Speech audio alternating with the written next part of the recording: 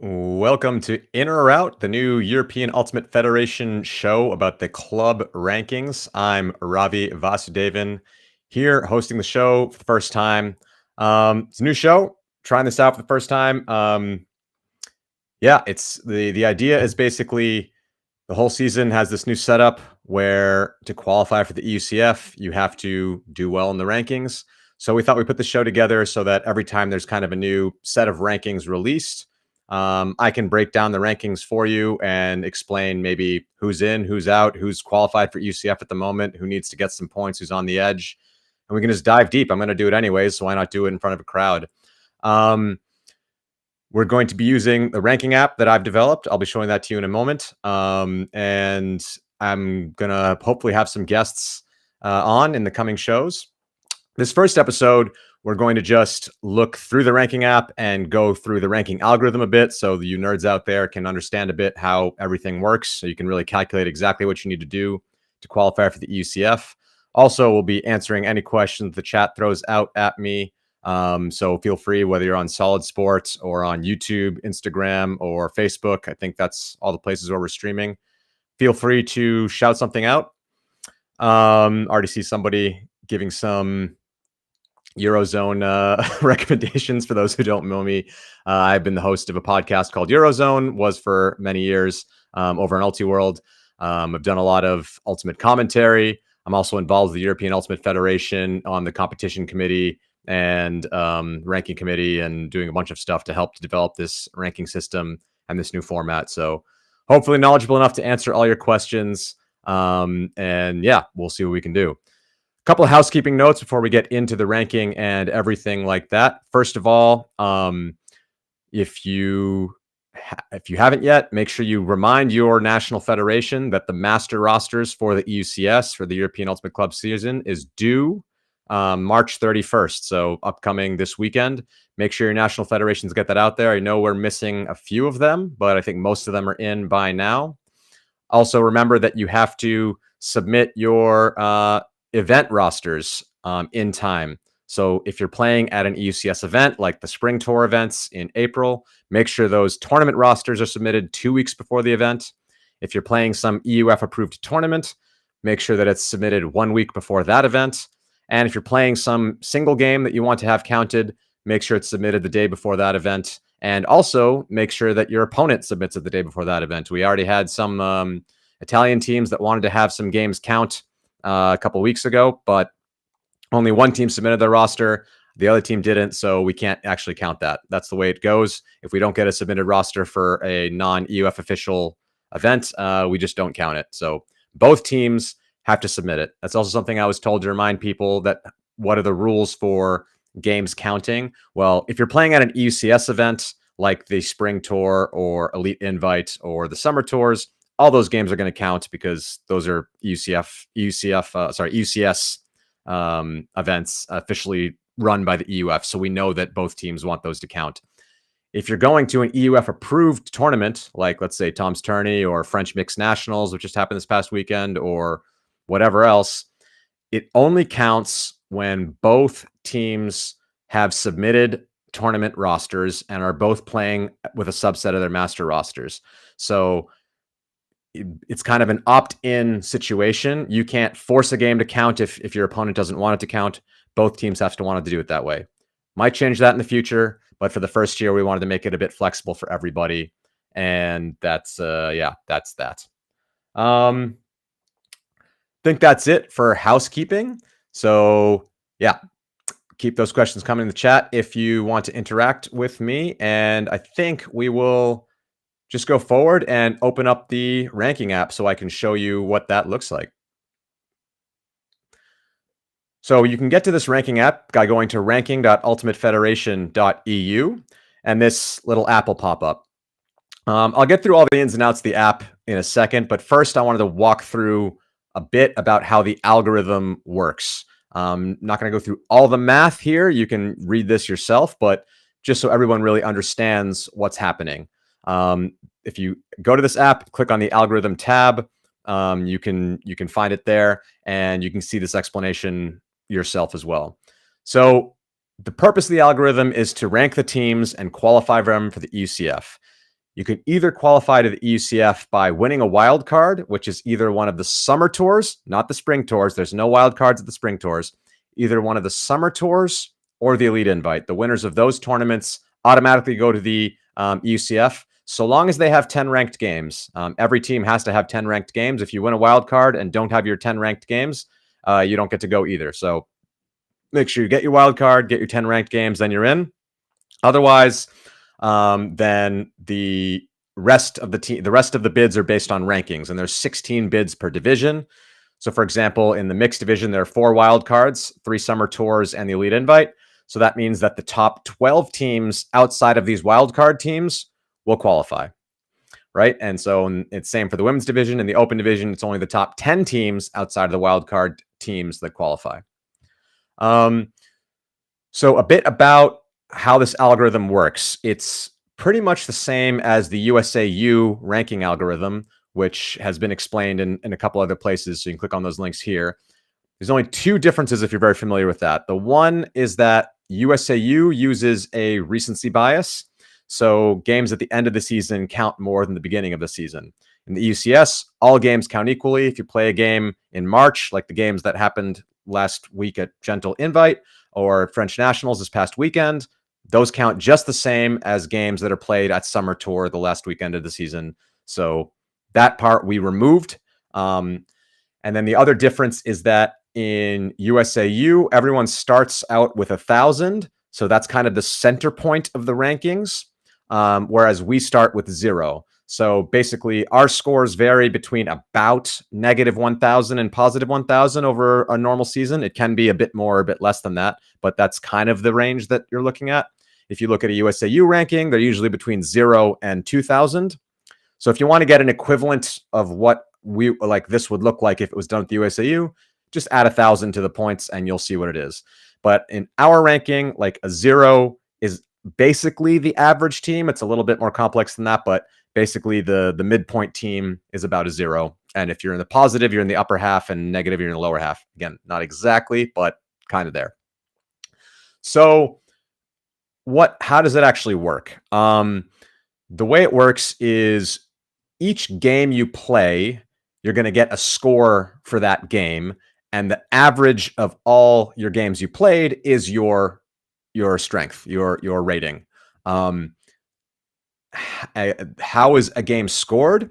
Well, you take the rating of the opponent, and then you add or subtract a game rating difference. If you win the game, you add this game rating difference, and if you lose the game, you subtract the game rating difference. That game rating difference is calculated by this complex formula, which don't worry about it too much. It's some weird formula. Don't know exactly how they arrived at this one, but the point is that it has these important properties to it. The first is that each additional goal is worth more when games are close than when they're not. Every game that's a universe point game has the same differential of 125, no matter the game total. So like 10-11 or 15-14, that's all the same. The maximum differential you can get is 600. And a game will earn the maximum if and only if the winning score is more than twice the losing score. So if you are 15-7, you're over double your opponent's score. So then you're going to get 600. If you're 15-0, that's also still 600. So the way that looks, there's a table here that shows every score in the upper right here that shows if 15-14, that is a game difference of 125. 15-7, 600. And again, everything below 15-7 is also 600. And you can also see the same for every single winning score if you want to see what that rating would be like. You can also see a plot of it here. And that I'll just show the 15 because that's the most common thing everyone sees. So here you see 15-14 is a score of 125, and that gradually gets a bit flatter, and then you end up at 600 at 15-7, and then everything from 15-7 down is 600 points. So that's the game rating difference. Now, if you win, you add that difference to your opponent's ranking. So, for example, if you beat a team with a rating of 302 by 15-14, you would get a game rating of 427, which is 302 plus 125. If you would lose 15-14, you would get a game rating of 177, which is 302 minus 125. So I hope that makes sense to everybody. There's also a game weighting, which basically is games are weighted differently if it's a low scoring game, because that's considered to be not as representative of a higher scoring game. But every game where the winning team scores at least 13 is counted fully. And every game that there's at least a combined score of 19 points. So, for example, a score of 11-8 or 11-9, anything that has 19 points or higher, if you add the two scores together, that's also counted fully.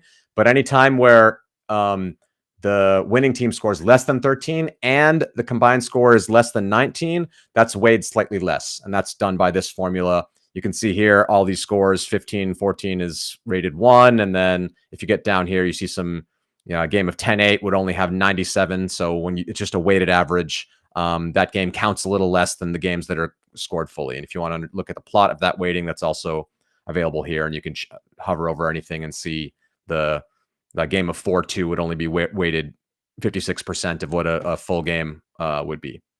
So that's done. So you get all these scores for every game you play, and then that's averaged. And then this calculation is done iteratively. So everybody starts, every time we run the calculation, we start everybody over at 0.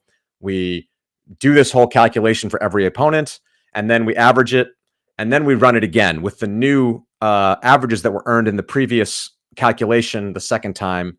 And we run it again, and then we check, okay, is there convergence yet? No, teams are still moving around. Then we run it again with the new average, and we run it again, and that can happen sometimes 1,000 times or more. But then eventually it basically stops deviating too much, and then we say, okay, that's locked in. So it's just an iterative calculation. If you don't know the math behind that, don't worry about that. It's not that important.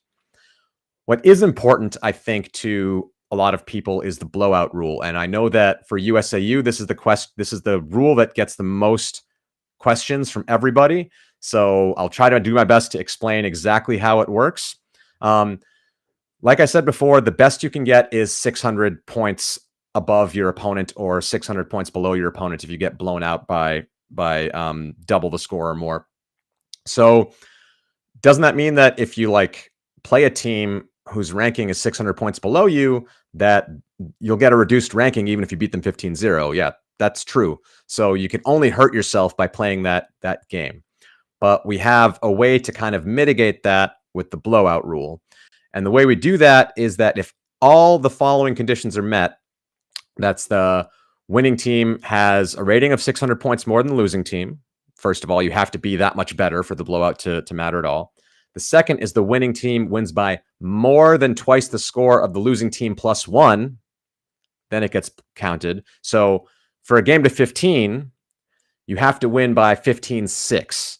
If you win 15-7, you are equal to double the score plus 1. Double 7 plus 1, 14 plus 1, that's 15. So that would be a score of 600, but that counts no matter what. But if you beat a team 15-6 and you're 600 points above them, then the game gets blown out, as long as number 3 is also met, which is the winning team has at least 5 other results where results are not being ignored. So if you have you just need to make sure you have at least 5 games counted. If you only have 5 games in the system, then you can't get blowouts removed. So that's also incentive to play more games to make sure those get shut down.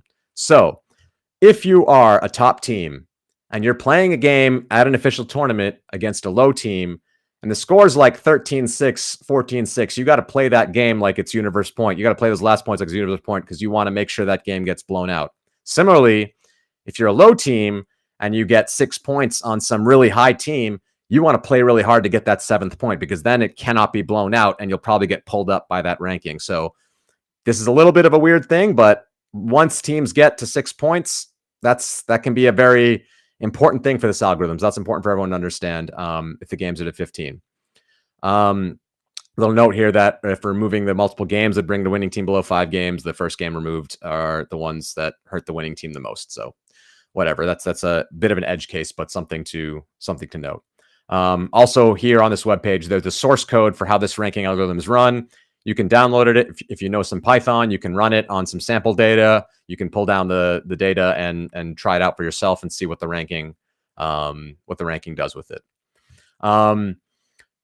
So we are, as EUF, are going to release official rankings periodically and update the rankings in this app so that you can see that.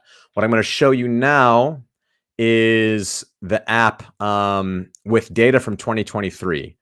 But remember that in 2023, we didn't use an official ranking. We used EUCRs to qualify teams for EUCF, and teams were not treating like the earlier season tournaments as if there would be a ranking involved. So take this with a grain of salt. This isn't meant to say like that these teams are better than that team. It's just a way to use some example data to demonstrate how the ranking algorithm works and to show like what would have happened if that were the case. But of course, teams weren't doing it, so take that with a grain of salt. Another thing to keep in mind is that that was it. I can't remember. I lost my train of thought there. Sorry. We're doing this live, so that'll happen sometimes. Good. So this is the ranking app, and as I said before, go to ranking.ultimatefederation.eu. It works a little bit better on a desktop, but the mobile app still does work. I have an example of that running over here.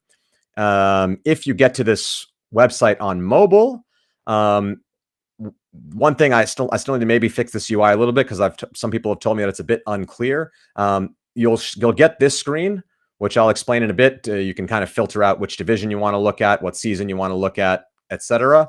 And what you have to do if you want to look at the actual ranking data is just click on this little arrow on the upper left, and then everything will be revealed down here. And if you want to go to any of the other tabs, just click on this hamburger menu and you can see the team matchup algorithm, which I will explain all of that in a second. But I'm going to explain it using the app up here.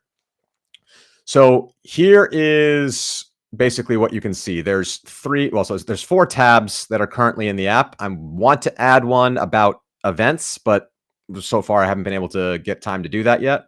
So there's the season, the team, the matchup, and the algorithm. We already just went through the whole algorithm where this is just a big explainer. If you ever have questions about how the algorithm's calculated, it's just here for you. You can look at it. You can look at these plots. You can look at, a game to 12, see what it looks like and whatever, see how that is all affected. Season gives you kind of an overview of the season in different ways. So this is if you just want to look from a bird's eye view, you don't care about which team, you just want to see how the whole season is doing, you look to this tab. And there and all the results tabs, these first 3, I have these value boxes at the top, which show some kind of key values. And if you want to get them out of the way, because this looks very good on a 1920 by 1080 screen, but it doesn't look the best on smaller resolutions. So either zoom out on your browser, or you can always just click this and hide those value boxes to just look at if you just want to look at the data, that's there. So before I go into that data, I think it's good to first talk about the filters that on the left, which also you can hide if you want a bigger view of the data or the plots. That's fine. It's pretty self-explanatory. The first is which division you want to look at, mixed, open, or women. The second is the season. And right now it's only 2023 because we haven't put any 2024 data, even though there were a few games already played. Gentle Invite had a few teams playing for official ranking points, and French Mixed Nationals had some games this past weekend.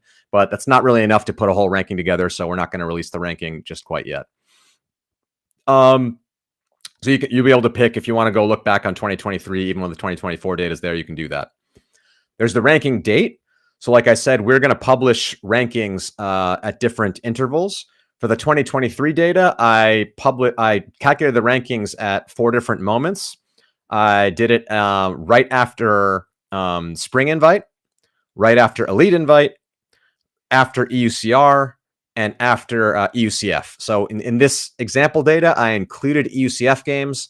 In seasons from now on, EUCF doesn't count towards the ranking because the ranking is used to qualify teams for EUCF. So probably this last one won't be there. Maybe we'll put it in there for fun just to see what the EUCF games do to it. But the important thing would be up to and including this last slot. Then finally, which teams are counted in ranking? You can either look at all the teams, which early season is probably the right thing to do. But if you're getting later into the season, remember that only teams with 10 games or more are counted. So if you think like, hey, there's some team that got lucky, went to one tournament, they had 6 good games, but it doesn't look like they're going to play the rest of the games. I don't want to see them in my ranking. If you click greater than 10 games only, it'll filter out for only the teams that have those 10 games. So you can look at it in all those different ways. Okay, cool. So now let's look at what we can actually see. I think it's actually a little more clear if we go earlier in the season, because that'll get these blue potential bids there. So this is the rankings as they looked in the mixed division right after Spring Invite. So if you remember last year, which is a bit different than this year, Spring Invite had wildcards in them. If you won a Spring Invite, you got to go to UCF no matter what. So you can see here, and we will have this also in future seasons, even before wildcards are awarded, you'll know how many wildcards are there. So like there'll be 5 in the whole season. And at this moment, 3 out of the 5 have been awarded. So you can see down in the ranking, the teams that are in yellow, those teams have wildcards, and it'll even show you here which tournament they earned a wildcard at. In green, we have ranking bids.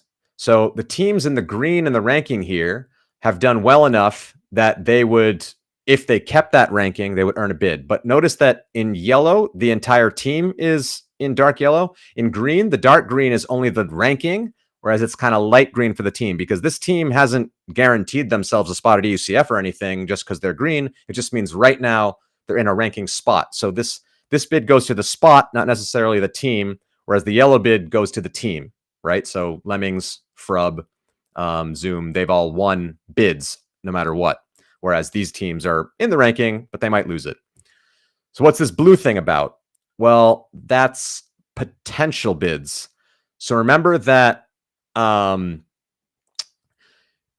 you get there will be 5 bids get granted to wildcards. So that means that only 3 of them have been awarded. So there are still 2 wildcards yet to be given out. So ranking spots 15 and 16 are not really safe. I mean, they're still in the top 16 at the moment, but if a team outside the top 16 wins a wild card, which if you'll see in the way the rankings evolve in the mixed division, you'll see what happens there, then spots 15 and 16 aren't safe.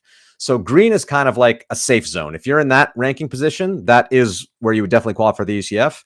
Blue is a potential bid zone. You could qualify for the UCF there if the final 2 wildcards go to the top 16, or that the teams that have wildcards stay in the top 16. If any wildcards go outside the top 16, those blue bids aren't safe. So that's the difference between blue and green. And you'll see here, if you go to the end of the season in mixed, that indeed there were 5 wildcards were awarded. So Reading, Disconnection, and Lemmings, and Frub, they all won wildcards. But if you notice, the green bids only go up to ranking spot 15. Why is that? Shouldn't there be 16 teams that go to the ECF? Well, there actually are. But if you scroll down a bit, Zoom Ultimate, there was a special EUCR in Istanbul that kind of was a development bid at that time. But so Zoom Ultimate won that bid, but they ended up 32nd in the ranking. So that's why there's only 15 spots here. So it'll be these 15 teams plus Zoom.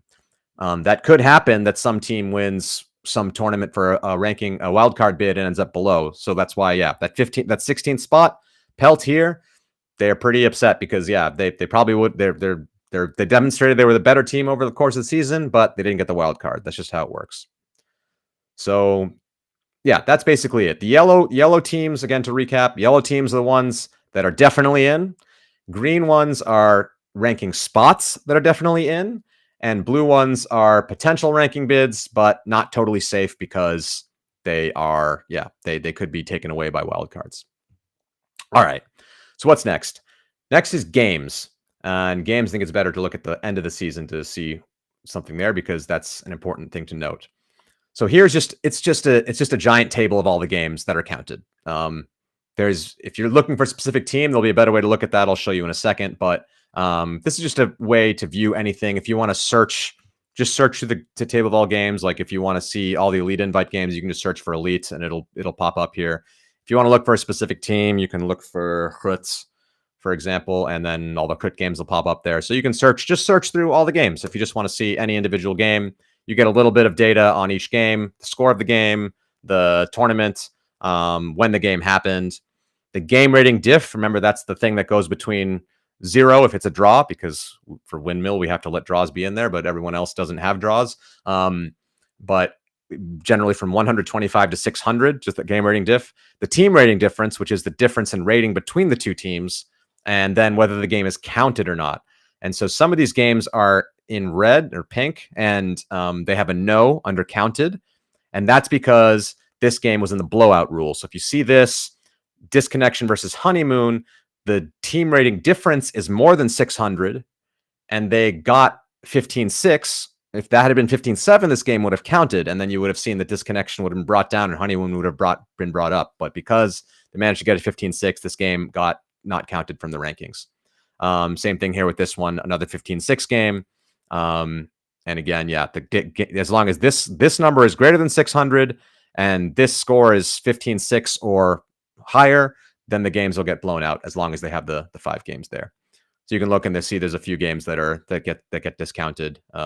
This is a game that was 9-3 that got discounted, but the same thing. It's at least more than 3 times 3 is 6, so 7. As long as it's more than 7, then that still counts. Yeah, so that's the games. Pretty straightforward there, just a way to search through all the games. Evolution. Now remember, this is the evolution of the season. There's another evolution plot in the team. We'll get to that in a second, but this is the evolution.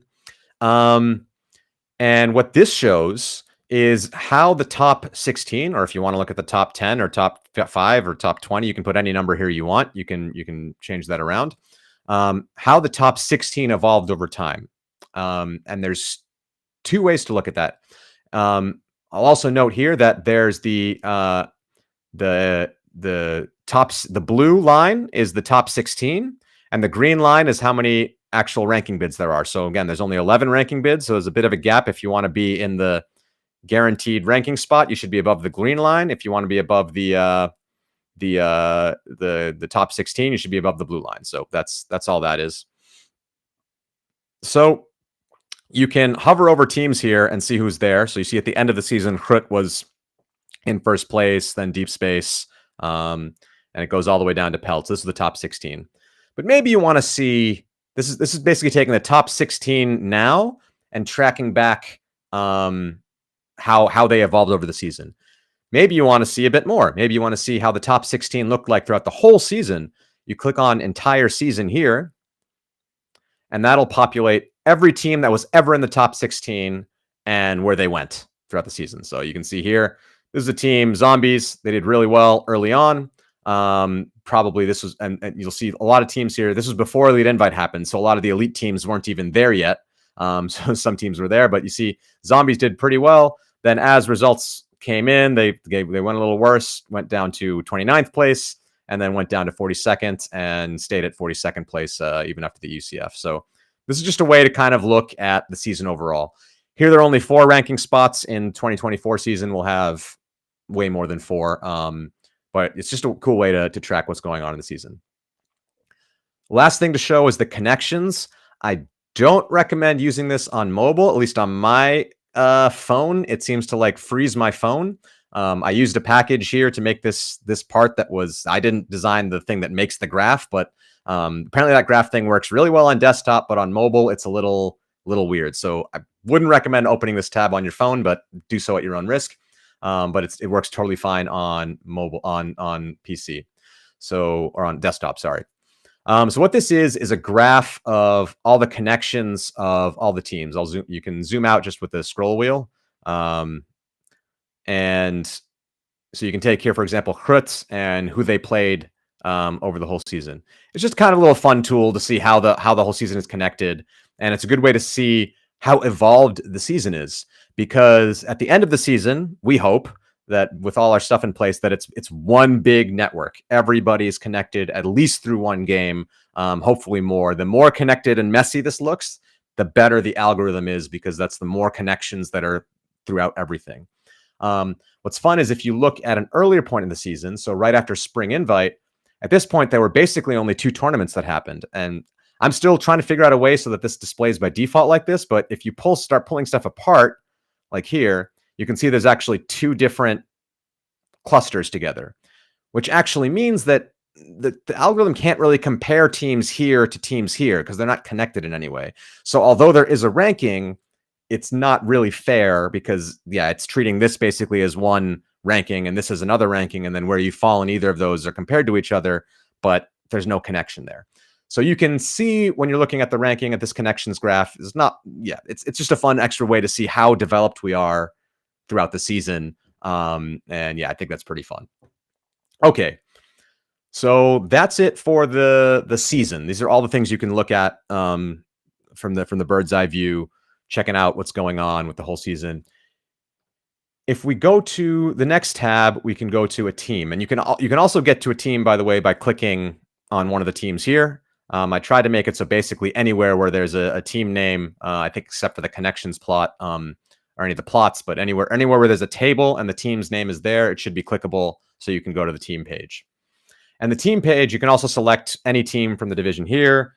You know, you can look at Hurts or, you know, whatever. Hurt had not played yet at this point of the season, so let's look at the end of the season. It's a bit nicer to look over there. Yeah, Hurt or Deep Space or any other team. So again, I start with all these pages. I start at the top with a few key values. The team has the most of them, and I might reduce this by one because this really doesn't look that great on slightly smaller screens than full HD. But here's what I'm showing so far. If you think there's something else you'd rather see at the top here, like something you really want to be quickly visible or calculated about your team, let me know. I'm definitely looking for feedback on how to make this app more useful for everybody. So hit me up if you want to do that either in the chat now or people. I think you can find a way to contact me later. So the first box is just the rank, where they are in the ranking at this point in the season. Deep Space, even though they won a UCF, they were still second ranked throughout the whole algorithm. It shows your rating, which is just their score, 622.9. Their record, so 14-3. They had 14 wins and 3 losses. This SOS, which is the strength of schedule. By the way, if you see any of these little eye bubbles, feel free to mouse over them. It should just explain what's going on. And that's the average strength of their opponent. So you can see how tough your schedule was compared to another team's. And then this is I think a pretty important one for everybody. This is the amount of ranking points to the EUCF cutoff. So there will be some cutoff where below that ranking you're not in the EUCF anymore, and above that ranking you are. If you see a negative value, that means that you are currently qualified for the EUCF. That's the amount of points you can lose and still be an EUCF team. So they're 622.9. The cutoff, I guess, is about, yeah, somewhere around 100 and a little over 100. So they could still lose 507 points and be in the EUCF. If you take another team, let's see, I know a team that didn't quite make it, catch up mixed. They have a rating of negative 198.99, and that means they have to gain 315 points to make it to the EUCF. So that's a nice little tool to see basically how far away you are, how many ranking points you need to get at your next tournament to get yourself into that qualifying position. There's a little settings thing here for the advanced users out there. You can include or not include the potential bids. So remember that I had in blue here these potential bids. So if I go to the beginning of the season and go to a team, because that won't work at another point here. Let's go to a team that had played already. Let me check here in the season who has played. Let's go to Transylvania Ultimate. They've played. I can just click on them, of course. So they've played. And let's say they're about to go into their next tournament in the beginning of the season. They can say, oh, I need 162 ranking points to get into those green bids, those like EUCF cutoff bids. If you want to include the potential bids because you're fairly sure that the top 16 is safe, you can do that. And you see that it's a bit smaller. They only need to get 10 ranking points to get in the top 16. But they need, if they want to be super safe, they can unclick that 162. So hope that makes sense. If that's unclicked, then it's how much you need to do to get here. It's in the top 14 to how well they need to do to get over Owls. If you have that ticked off, it's how many they need to go to get over the zombies so they can get into the top 16. So that's a little way you can play around depending on which way you want to look at it. By default, it's seeing how much to get into the safe space. Yeah. Good. So What else can you see when you look at a team? You can see all the team's games. Let's go to the end of the season again, so it's a little more interesting. This is a really cool view of all the team's games for the whole season, and you see them, from this team. Transylvania Ultimate seems to have played at the EUCR in Istanbul, and also the Spring Invite in Wrocław. And you can see all their games and who they played and whatever. So if you're scouting a team that you're going to play against, you can also look at that here. If you're just looking at your favorite team, you can do that here. Let's take a look at, disconnection, for example. You can see also which games are counted or not in a team. So I think, you could also look in the season and search for it, or just click on the team and see all the games here. This also shows you some more data that's relevant to the team. So the game rating. So this is not the game rating difference, this is the game rating. This is basically your opponent's score plus your game rating difference. So that's shown here. The opponent's rating, and that's also the tournaments that are played, when they were played, if it's counted, yes or no. So that's the games there. And again, the little I thing here says that the games in red are not counted because fall into the blowout rule. It's all good. Another thing you can look at, this gets a little more advanced. This is a plot of all the games you've played. Also, little pro tip here. Some of these cards, if you don't want to see all this stuff around and you want to see it in full screen, you click on expand here and it'll show the whole thing in full screen. It can be a plot or a table or whatever. That's also a little fun trick that we have there. If you go to plot, so this one is a bit harder to get from an intuition point of view, but I'll explain it here, and it'll be for the more nerdy among you. I think we'll get something out of this. I think most of you will probably just use the season and the games and the matchup, which I'll show shortly. I think a lot of people are going to use that one, but this is if you really want to dig down on your data and see how well did I play. You know what? Sometimes when you play a game, and after the game, you're like, man, we could have done way better than that. Or man, we played that we really played out of our minds. But it's hard to judge whether that's actually true. How true is that according to the whole set of data? How close was that game to your average? Maybe that's a good way to look at things. So each dot on this plot is a game. X's are games that didn't count. So they're still plotted, but because of the blowout rule, they don't count. So that's just what the X's and the dots are. These are box plots. For those of you who know a bit of your stats, you can look at the median and the quartile. Each box represents a tournament. So you can see here for disconnection, they played Spring Invite Padova, they played Elite Invite, and they played the UCF. That's where all their games were.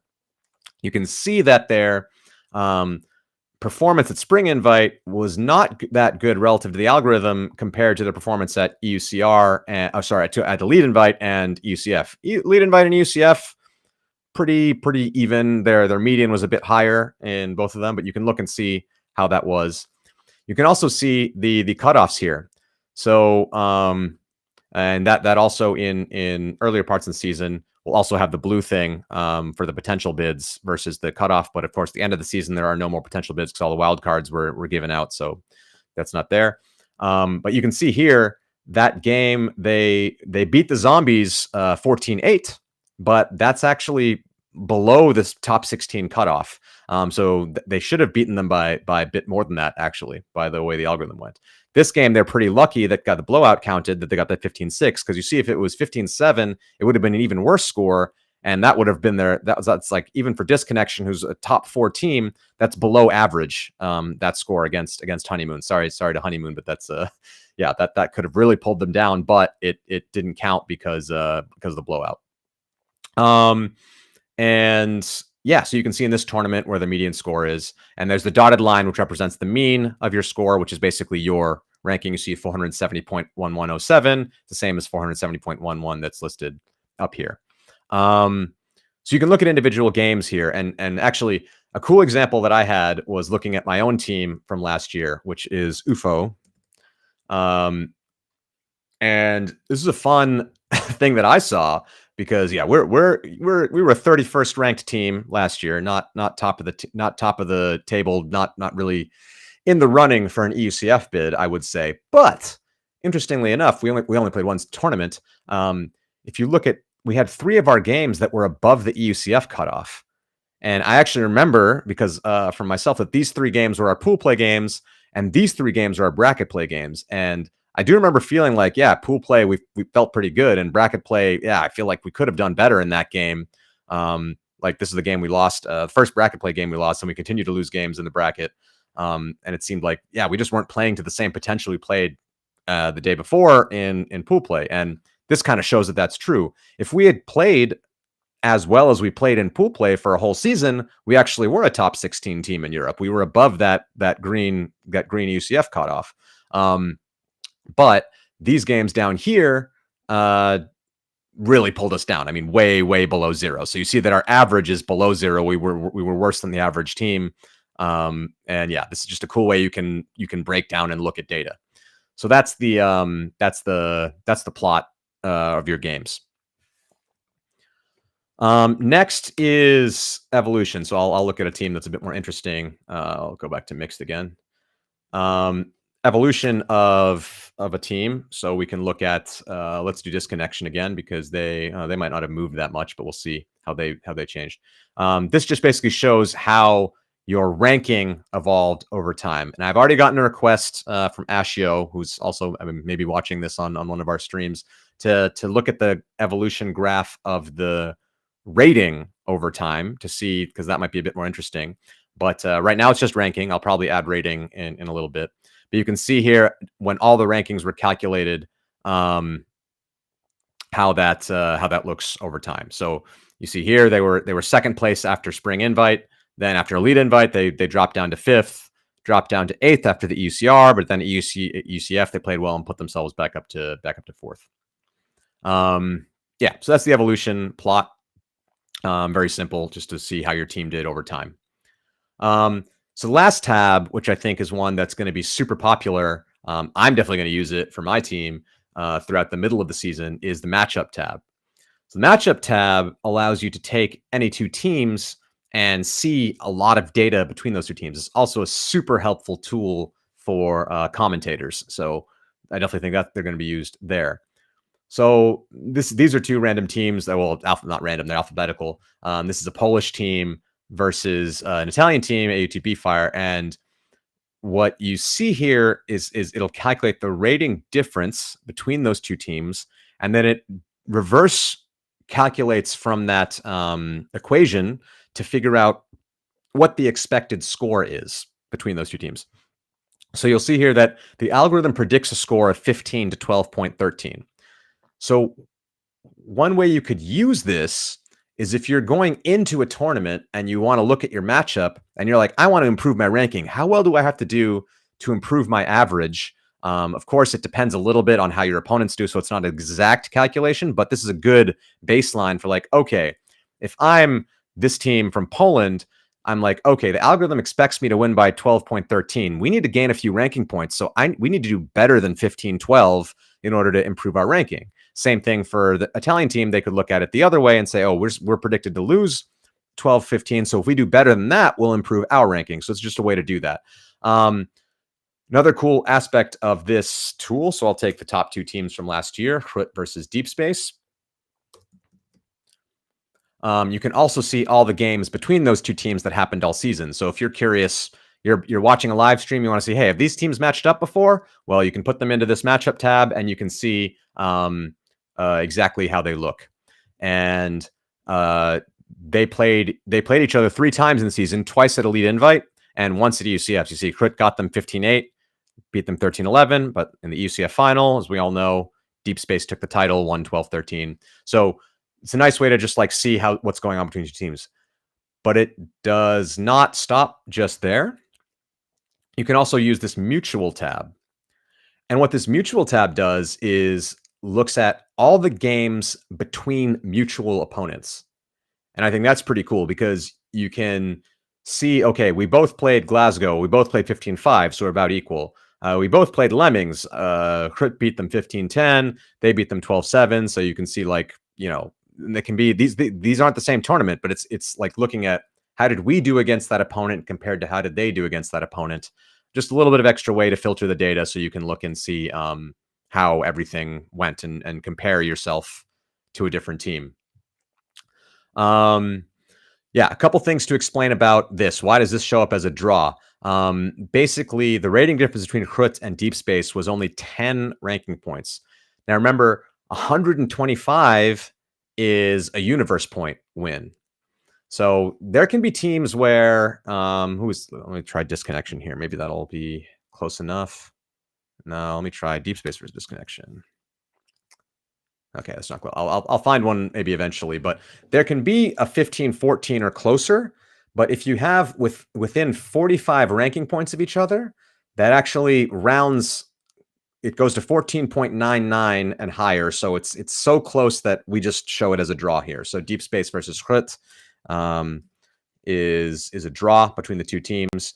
So anytime there's less than 45 points of difference between the two teams, it shows up as a draw. Similarly, if there's 600 points or more, I decided we can't really tell what that score would be because everything between 15.7 and 15.0 is the same 600 point difference. So if you would take, I don't know, take a random team versus Krut's DTU, it just says blowout. There was a difference of 853 points. That's more than the 600 points minimum. So it won't show a score here. The scores will only be showing if it's 15.7, 15.8 or higher. If it's more than that, it's just going to show blowout because we can't really predict a score with the 600 or higher. So that's the matchup tab.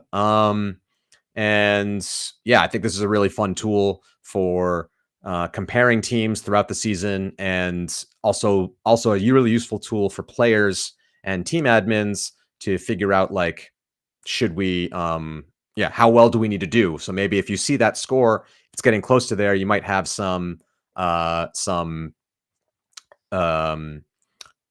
you might start putting in power lines because you want to, beat the algorithm more or less. All right, that's everything I've implemented in this app. I have access to all this ranking data. If you're a data nerd out there, or even if you're not, if there's something else you would want to like be able to quickly learn from the rankings, please let me know. I can try to implement it into this app, and then everybody can access it. I just want this tool to be useful for everyone in the EUF, sorry, both fans and commentators and players and captains. So anything you would be like, oh, it'd be really cool if it showed this, let me know. I really like doing this, making this this project. So I'm happy to bring up some more stuff. Okay. So just quickly having a look here. That's basically all I wanted to show. So I'll spend. We have another 9 minutes or so left in the show. We can go even a bit longer, but Instagram, if anyone's watching there, that will cut off at exactly an hour. That's all they allow on live streams, though. And so I'll take some questions if anyone has any. We got one question from one of the chats asking if the blowout rule is applied after the iteration has converged or at each step in the iteration. I believe it's after the iteration has occurred. So it will still calculate everything out and then remove the blowout games and then calculate the average. I'm pretty sure about that. But yeah, in case that's wrong, I'll talk about it on the next show. It's a very good question. Very good question.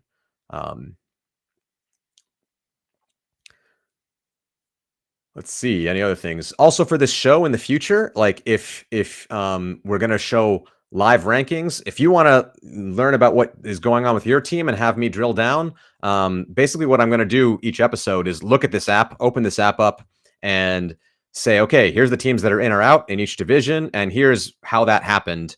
If you're like, hey, my team's here, where are we at? I will happily take any viewer that's live, click on your team and look at your data a bit more thoroughly, and do that for anybody. So feel free to get involved in the chat and get involved in the show.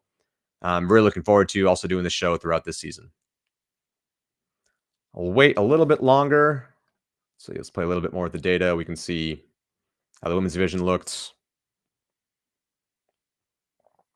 Yeah, women's division is interesting because I got some questions about this. Is that how did a team with negative points qualify for the EUCF? Well, again, remember that 0 is basically the halfway point. There were 30 teams in the women's division calculation last year, so the 0 point was between teams 13 and 14, about half. Again, a little bit off of half, but So a negative doesn't mean like something crazy, it just means you're a bit below the average team.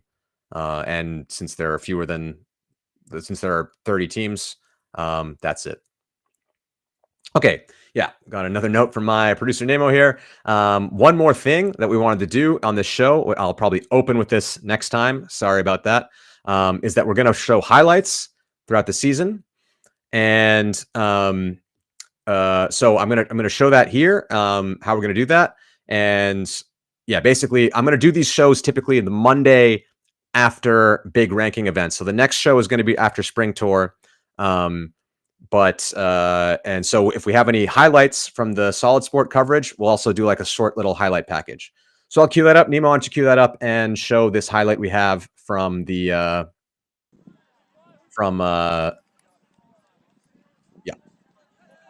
great. Sorry about that. I mean, Frisbee is against Gentle at the Gentle invite. And Frisbee's actually won this game, but it didn't count because Gentle didn't want to make it count, so they didn't submit a roster for this event. You see that little give go into power position. Great put into space. Looks like it's too far, and he's got it. So yeah, the Bees went on to win that tournament. Really cool for them. Or actually, I don't know if they won that tournament. That wasn't a finals round robin. But yeah, that game didn't count for the UCS. Still good for the boys from Bruges to get that win out. Got a question here from John Doc. What if you have 12 EUCS ranking games, but you had 4 blowouts? You'd still make the 10-game rule, right? But your score would be average 8 games. That counted. Is that it? That's exactly correct. You don't get penalized for winning blowouts or losing blowouts. That's not something teams can control. So as long as you have 10 games in the system, you are good to go. Even if some of them become blowouts, that doesn't matter. That doesn't hurt you. It's just the averages calculated under the non-blown out games.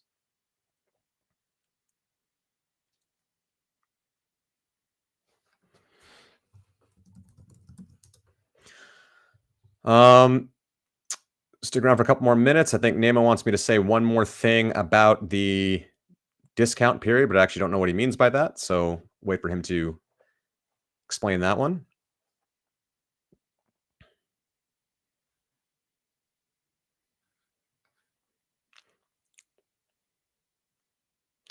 When is the cutoff date for qualifications for Euros, and when will you find out if you made Euros? Okay, so that's another question. The cutoff date for the qualification for Euros is the weekend after the last UCS event, which I believe is the summer tour in August. I'll check the calendar here. Yeah, summer tour, August 18th. This is the last date that you can last date that you could use to have a ranking event count. We will be calculating the rankings this week, in this week of August. We'll probably be running them on Monday. I will do a show Monday night, and that will reveal which teams qualified for UCF. So this is the date when you would know, August the 19th.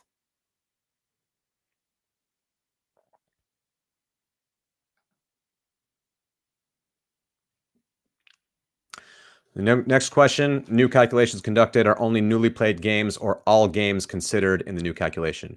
We start over. Every time we start over, every time we start the calculation over with every team starting at 0 and we run it, we do the whole iteration with the whole data set every time. So yeah, basically gets reset. But again, as the season season goes on, those games are a smaller part of the whole data set. So I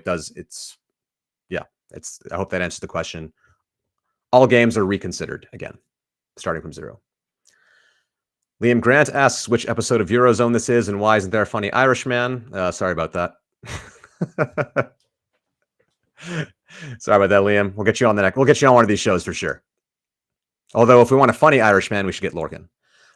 If you beat a team at the start of the season and they do very well afterwards, this positively affect your rating. Exactly. Yeah, for sure. So every point counts. Even if they beat you, if you're close to them, it will positively affect you. Unless they blow you out, if they beat you by 15-6 or more, and then you end up not as good as them, then it won't help you. Yeah, because it won't be counted in the blowout rule. What are the criteria for a tournament to count again? All right. So for a tournament to count, um, basically the tournament has to apply for EUF approval, and you can go if you go to the EUF eucs.ultimatefederation.eu. If you click on events calendar, you can see all the events that are counted here in this nice little calendar app. You see windmills there, London invites there. There's some weekends with many tournaments there. So basically, it's just the tournament organizer has to say, can we get approved? For them to get approved, it has to be 7-on-7. It has to be on grass or turf. They have to play by the gender rule A for mixed. They have to use gender pulling rule for mixed. And I believe that's basically it. The game has to be at least 60 minutes long. So if there are tournaments with really short games, we don't count those. And the games can't be to more than 15. So if the games are to 13, that's still fine. If the games are to lower than that, that's also fine. But remember that the really low scoring games are weighted a bit differently, a bit less. So you probably want to get the games all the way to 13 or 15 so that they can count as much. That's it. And then it's just up to, if you want your games to count for that tournament, if you're a player or a team admin, you have to get your roster in on time. So that's a week before any EUF approved tournament, 2 weeks before any EUF official tournament, and 1 day before any single game. For a single game to count, you have to have rosters submitted. Both teams that are playing have to have rosters submitted the day before the game, and then the score has to be submitted. So that's how that works.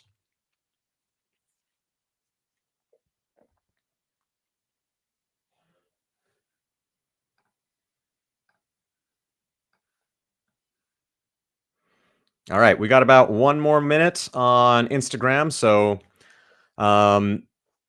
yeah, Nemo wanted me to say the season pass will be discounted before the spring tour. So if you want to get a discount on your Solid Sport pass, go to live.ultimatefederation.eu or solidsport, I think, .com, and purchase your UF season pass, UCS season pass, and it'll be a bit discounted. So don't miss out on that if you want to get all the live coverage you're going to have all year. I think the Instagram people have already been cut off, so sorry about that. But thanks for tuning into this first episode of In and Out. I'll be here the Monday after spring tour to break down all the rankings and every major part of the event for the rest of the year. Looking forward to it, and see you in the next one.